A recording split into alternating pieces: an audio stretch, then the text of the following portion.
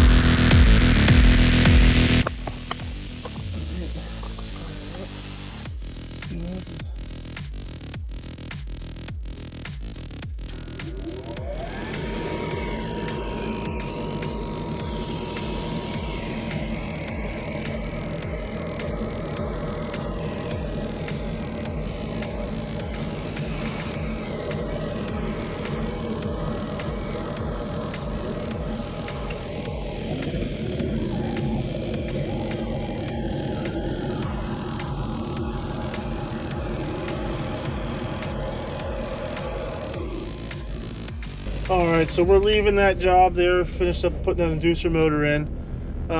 Like I said, quick, easy fix. It was already disconnected. You know, I did that Friday. So, yeah, we're going to a water heater call. We put the water heater in, I think, 3 years ago. And they're thinking that one of the elements burned out on the water heater.